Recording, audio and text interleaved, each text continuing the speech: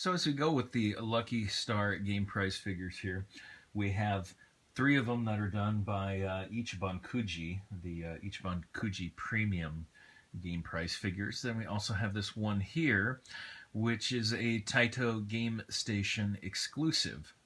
And as far as this one, I'm still hoping eventually to track down the Tsukasa one, but we do have Kanata here, and as far as I can tell, there are two of them available in this series.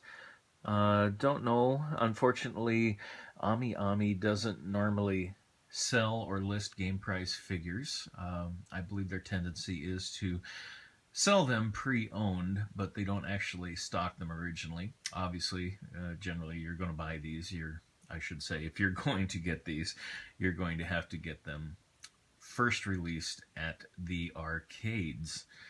But we'll go ahead and look at the Taito Game Station one first. And of course we have Kanata in here. And I love with all four of these, though, the fact that they use the boxes with the clear plastic window so you can actually see in and look at the figure that you're getting here and not just have to rely on a stock photo on the outside. And kind of take a look at the left side of the box shows the Tsukasa version. Now, looking at this, maybe it is possible that there are two sets of these, since they're saying this is a Lucky Star Taito Station costume figure version 2. So there's Kanata and Tsukasa, and you know, maybe they have version 1s that are a little different. Unfortunately, I don't know. I should probably do a little research into that one of these days, but on the backside here, again, they show the stock photos of what the version 2 figures look like of both of them. And it looks like they are trying to keep the scale here. I guess since they're photoshopped in, I don't know if the Tsukasa figure really is that much taller than the Kanata one. You would kind of hope so, because obviously if you watch the anime, Kanata's a short little shit, and Tsukasa is, well, taller. I guess I don't know her exact height, and both of them in comparison, but moving on, before we get too deep into that, on the left-hand side of the box, we, of course, see the two stock photos here of Kanata. So let's go ahead and I'll show you the top of the box here, too, showing the large Game Station logo, and, of course, we have some information on the bottom, but we do have, of course, the holographic sticker in the bottom left on the back here, and tough to tell, but it is a, there we go, Katakawa licensed product as far as properties go. So let's go ahead and open the box, get the figure out back in a bit. What's in the box, Jokey? What's in the box? Okay, that's a little bit of a dated Robot Chicken reference y'all may not get, but what is in the box? Well, of course, here we have Kanata, and a little different here that they included one of these little, I don't know what you want to call it, to attach to the leg there and apparently keep them from flopping over. Don't know if it's necessary, because the pegs on the feet are really, really tight and seem to support it pretty well without it, but I went ahead and attached it anyway. I don't know. I'd rather... I kind of hate those on some of the figures that I've picked up, because I think they kind of detract when you can easily see them.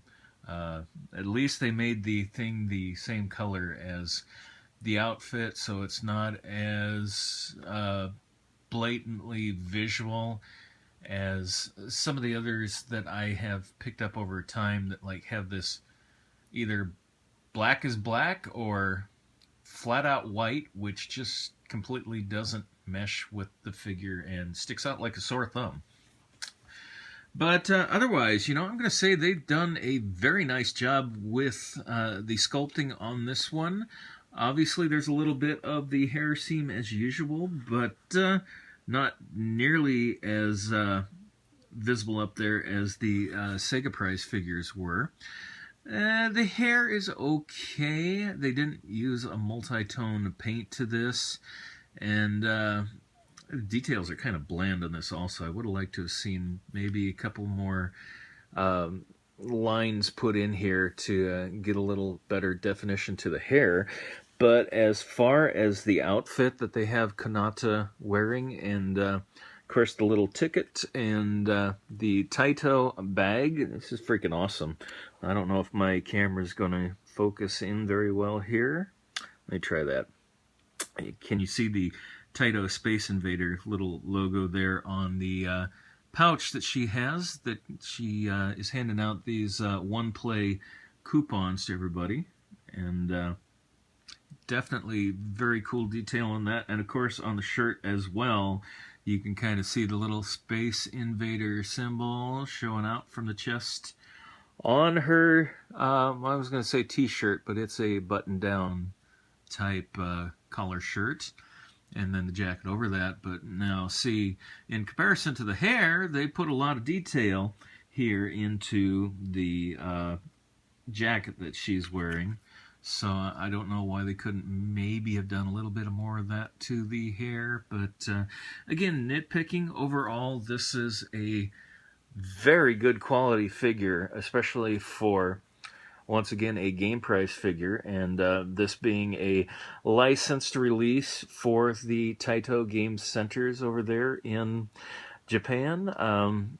Yeah, definitely, if you were able to pick this one up, it would be worth it to get these out of the machine. I think they're exceptionally well done, and happy to have this one in the collection, and hopefully one of these days I'll be able to find the Tsukasa one for a decent enough price. I'm not going to pay a whole bunch. Again, my basic theory is to never pay more than $25 for a game price figure like that.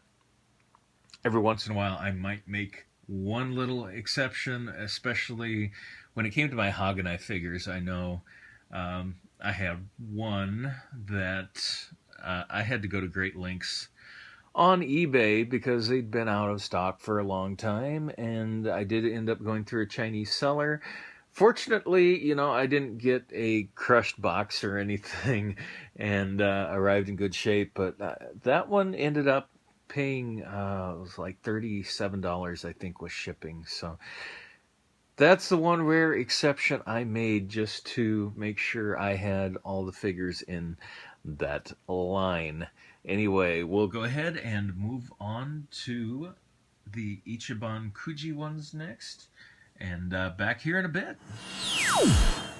So as far as the Ichiban Kuji premiums go, there are actually two lines, and the first one that I already started on was the more what I would call the racing line. Obviously, ways back I had a Kanata one with her in the racing type garb and umbrella, and I've got two more of those that we'll get to a little later on.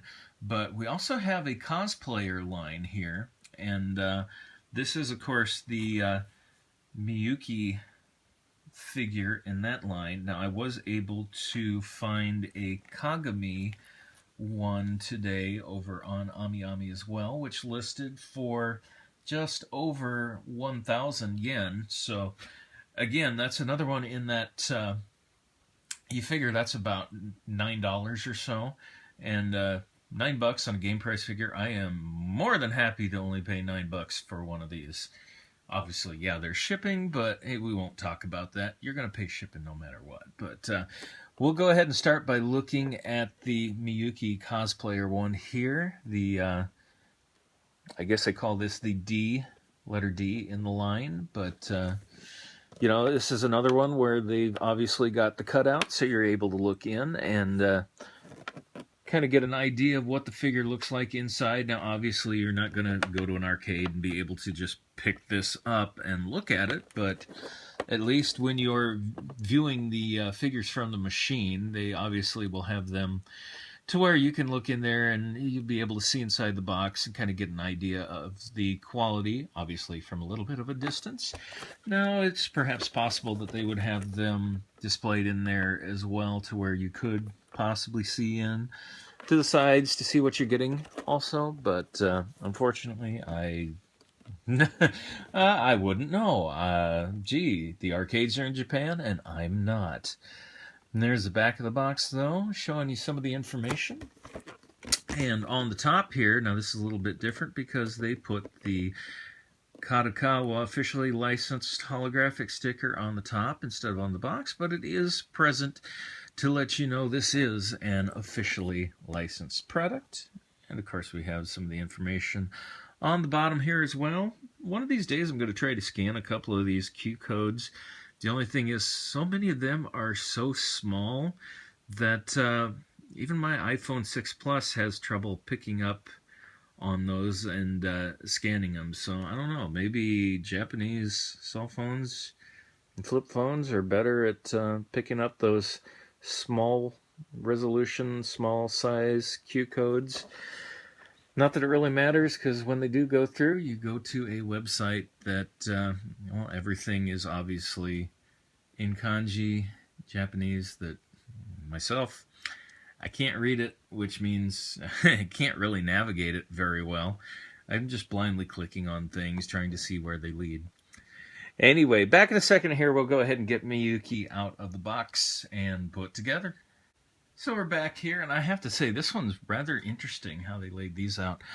Starting with the base here, which I think is very cool, we have the stylish, like, little hexagon, 3 hexagons put together, but as you can see, we have the L, the S, and the star, lucky star, to denote the property. But this is a rather interesting costume they have her wearing here. Along with the spats, which are visible in the cutouts. But a little different, too, that you have the hat that is removable, so you can display with or without the commander's hat here, or whatever that would be. But very well done, I have to say. Paint-wise, you know, there's one little spot here on the back. It looks like that the original owner, you know, a little bit aware, but again, this is a pre-owned figure, so you're going to run into that. And of course, if I would ever want to, you can always go to the links of mixing some paint and painting over that, but it's a minor issue. Not really going to see that. It's not too visible. But I think the hat is a nice touch that you can model it either with or without. But we'll kind of get a little closer view here too, if the camera will allow me to. And let you see here. I'm not sure what the baton is, if that's an instrument, musical instrument she's holding on to, perhaps. Not really sure, but nice detail on the uniform. Didn't notice the like neck choker, like dog collar or whatever that is she was wearing before. But yeah, definitely cool, and I loved it because the box here too. It's tough to see because I have the plastic in there again that she came in, but there's actually in the back of the box a star with her name. I believe the term is romanji that they use, as far as using the English letters for one's name over there, but nicely done. You know, I love that on the box, and I couldn't help but looking at this once again, how they did the 3 figures here, or I should say the 3 pictures. The full picture of the figure on the right, tits, ass. We obviously see from that what they think most Japanese men are into. So anyway, that's going to wrap it up for this one. Now, I still have 2 more figures to get to yet, but definitely a cool one, and I think I am going to look forward to trying to collect the rest of the figures in this line. But we'll go ahead and switch over to the racing line here.